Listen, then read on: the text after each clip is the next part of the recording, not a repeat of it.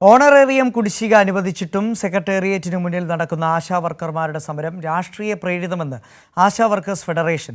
സമരത്തിന് പിന്നിൽ ഗൂഢാലോചനയുണ്ട്. സമരം ചെയ്യുന്നവർ LDF, UDF സർക്കാരുകളുടെ കാലത്തെ ആനുകൂല്യം പരിശോധിക്കണമെന്ന് ആശാ വർക്കേഴ്സ് ഫെഡറേഷൻ CITU അഖിലേന്ത്യാ പ്രസിഡന്റ് PP പ്രേമ ആവശ്യപ്പെട്ടു. വർക്കർമാരുടെ 2 മാസത്തെ വേതന കുടിശ്ശിക സംസ്ഥാന സർക്കാർ അനുവദിച്ചിട്ടുണ്ട്. എന്നാൽ സെക്രട്ടേറിയറ്റിന് മുന്നിൽ നടക്കുന്ന ഒരു വിഭാഗം ആശാവർക്കർമാരുടെ സമരം തുടരാനാണ് ഇവരുടെ തീരുമാനം. ഇത് സമരം രാഷ്ട്രീയ പ്രേരിതമാണെന്നതിനുള്ള തെളിവാണെന്ന് ആശാ വർക്കേഴ്സ് ഫെഡറേഷൻ CITU അഖിലേന്ത്യാ പ്രസിഡന്റ് PP പ്രേമ പറഞ്ഞു.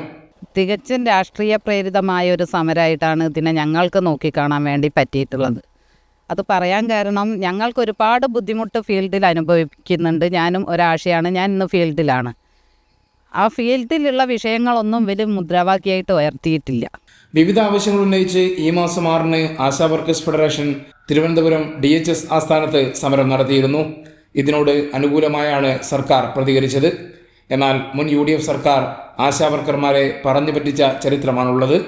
5 വർഷം കൊണ്ട് 500 രൂപ മാത്രമാണ് ഉമ്മൻചാണ്ടി ഗവൺമെൻറ്റിൻ്റെ കാലത്ത് നിരവധിയായ സമരം നടത്തിയിട്ടും ഞങ്ങൾക്ക് വർദ്ധിപ്പിച്ച് തന്നിട്ടുള്ളത്. എന്നാൽ പിന്നീട് വന്ന 1-ാം പിണറായി ഗവൺമെൻറ് വർഷാവർഷം ഞങ്ങൾക്ക് വർദ്ധിപ്പിച്ച് അത് 6000-ലേക്ക് എത്തിച്ചു.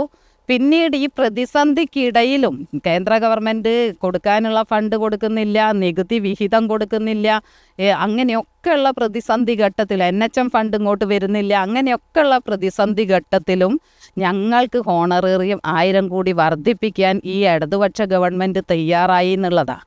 സമരത്തിലേക്ക് കൂടുതൽ ആശാവർക്കർമാരെ എത്തിക്കാനുള്ള ശ്രമം നടക്കുന്നുണ്ട്. ഇതിനെതിരെ പ്രചരണം ആരംഭിച്ചതായും PP പ്രേമ അറിയിച്ചു. കൈരളി ന്യൂസ്, കോഴിക്കോട്.